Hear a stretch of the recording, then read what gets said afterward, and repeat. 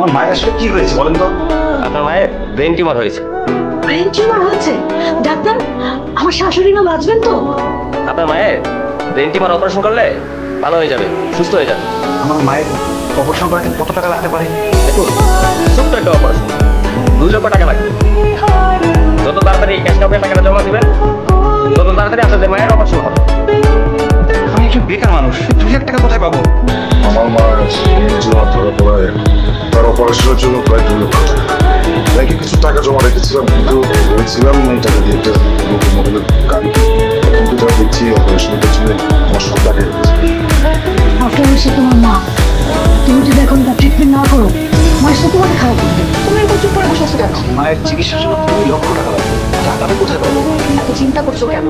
বড় ভাই আছে না, বড় ভাইকে বড় মাধ্যমে চাকরি করে। তুমি ভাইয়ের কাছে যাও, গিয়ে মায়ের অপারেশনের জন্য 2 লক্ষ টাকা চাও। ব্রেন টিউমার হয়েছে, তারপর এখন অপারেশন করা হয়েছে, তারপরে সুস্থ আছে।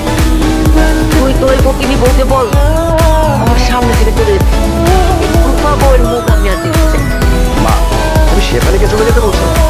তোর এই বউ মনে মনে আমার মৃত্যু কামনা করে, আমার কাছে শত্রু।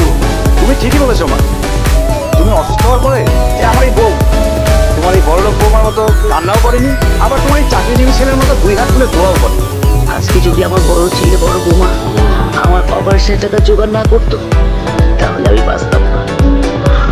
ওরা আমার অপারেশনের টাকা জোগাড় করেছে বলে আমি আজকে বেঁচে আছি। আমার বড় বৌমাই আমার কাছে সব। মা, তোমার অপারেশনের টাকা জোগাড় করার জন্য তোমার এই চাকরিজীবী বড় ছেলে আর এই বড়লোক বড় বৌমা কি করেছে তুমি কি একটু শুনবা? শোনো। এখানে 1 লাখ টাকা আছে। ভাই, গত মাসে তোমাদের একটা জুয়েলারি কিনলাম, এই মাসে আমি কিন্তু ডায়মন্ডের সেট দেখেছি, ভাবছি আমি কিনবো। ভাইয়া, তুমি তো জানো ডাক্তার বলেছে মায়ের অপারেশনটা করাটা খুব দরকার।